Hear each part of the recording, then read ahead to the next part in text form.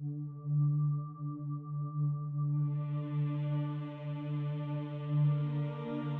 الله الرحمن الرحيم.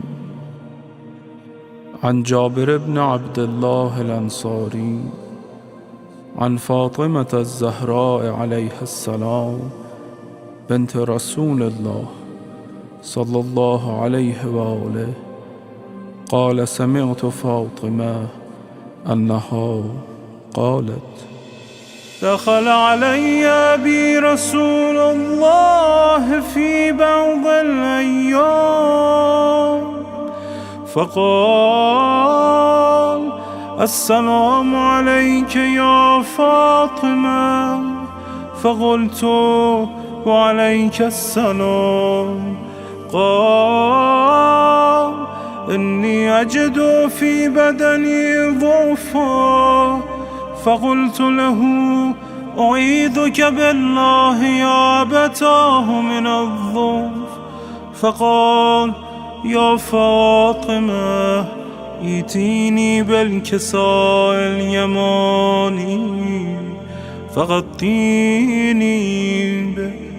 فأتيته بالكساء اليماني فغطيته به وصرت أنظر إليه وإذا وجهه يتلألأ كأنه البدر في ليلة تمامه وكماله. فما كانت إلا ساعة وإذا بولدي الحسن قد أقبل وقال: السلام عليك يا أمه. فقلت: وعليك السلام يا قرة عيني وثمرة فؤادي.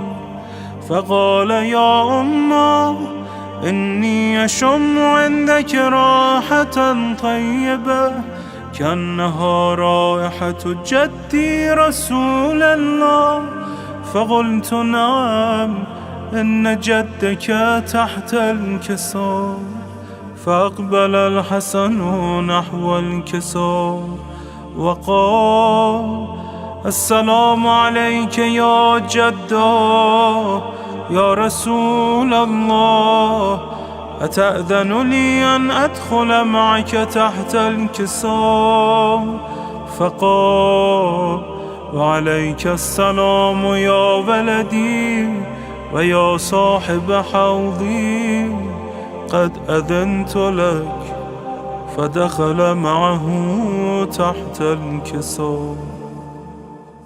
فما كانت إلا ساعة وإذا بولدي الحسين قد أقبل وقال: السلام عليك يا أمه.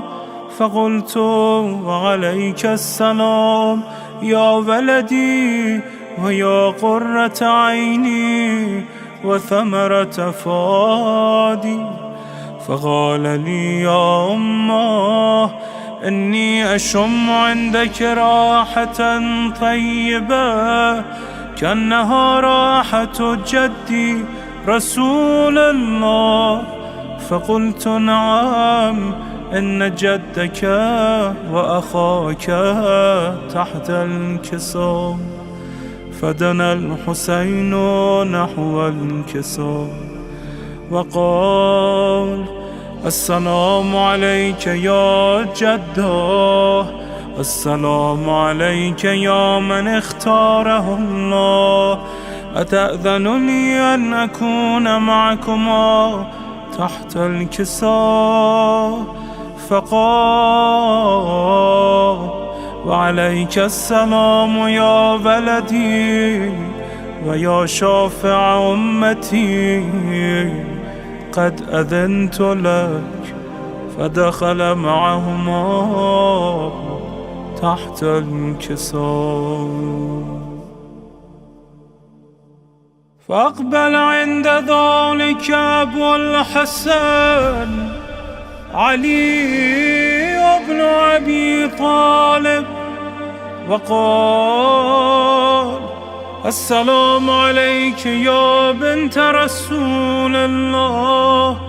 فقلت: وعليك السلام يا أبا الحسن ويا أمير المؤمنين. فقال: يا فاطمة، إني أشم عندك راحة طيبة كأنها راحة أخي وابن عمي رسول الله. فقلت: نعم، ها هو مع ولدك تحت الكساء. فأقبل علي نحو الكساء وقال: السلام عليك يا رسول الله، أتأذنني أن أكون معكم تحت الكساء؟ قال له: عليك السلام يا أخي ويا وصي وخليفتي وصاحب لوائي، قد أذنت لك. فدخل علي تحت الكساء. ثم أتيت نحو الكساء وقلت: السلام عليك يا أبتاه يا رسول الله، أتأذن لي أن أكون معكم تحت الكساء؟ قال: وعليك السلام يا بنتي ويا بضعتي، قد أذنت لك. فدخلت تحت الكساء. فلما اكتملنا جميعا تحت الكساء، أخذ بي رسول الله بطرفي الكساء وأومى بيده اليمنى إلى السماء وقال: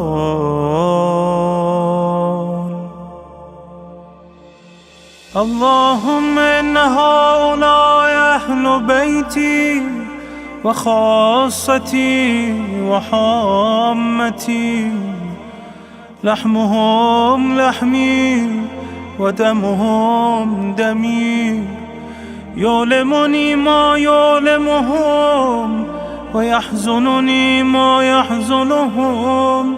أنا حرب لمن حاربهم وسلم لمن سالمهم وعدو لمن عاداهم ومحب لمن أحبهم. إنهم مني وأنا منهم، فاجعل صلواتك وبركاتك ورحمتك وغفرانك ورضوانك علي وعليهم، واذهب عنهم الرجس وطهرهم تطهيرا.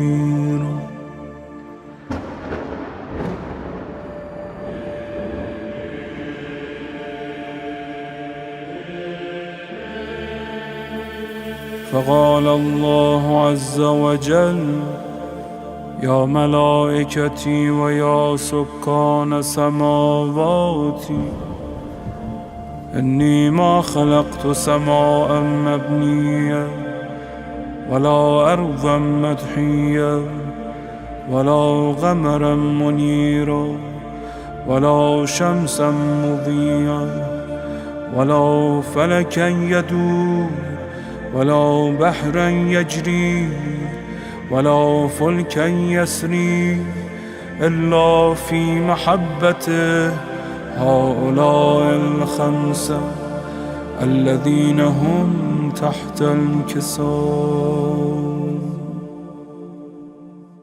فقال الأمين جبرائيل: يا رب، ومن تحت الكساء؟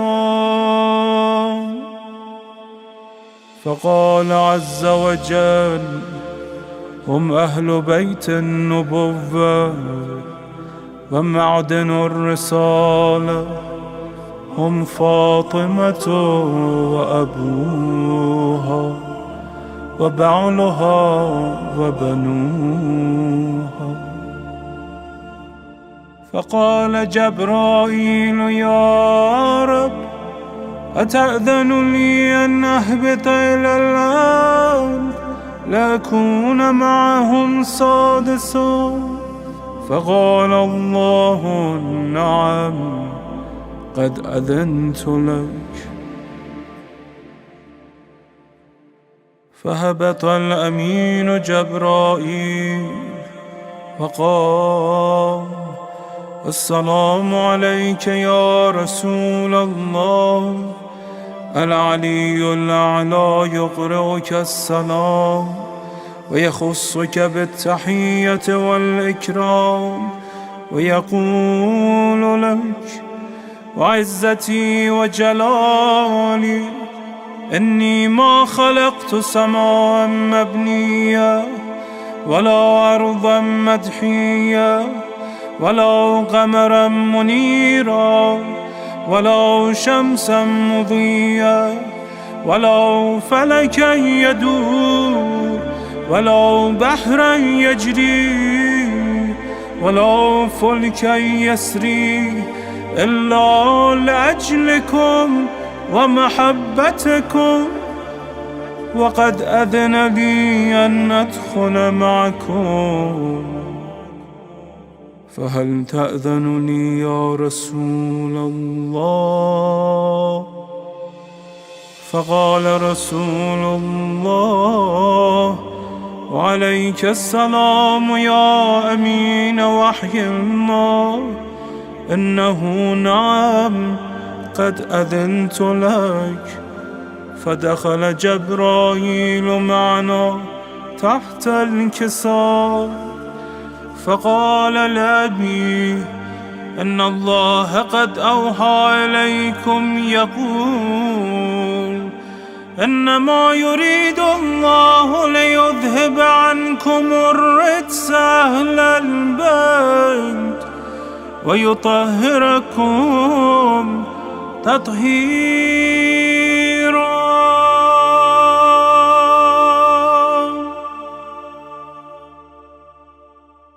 فقال علي لأبي: يا رسول الله، أخبرني ما لجلوسنا هذا تحت الكساء من الفضل عند الله.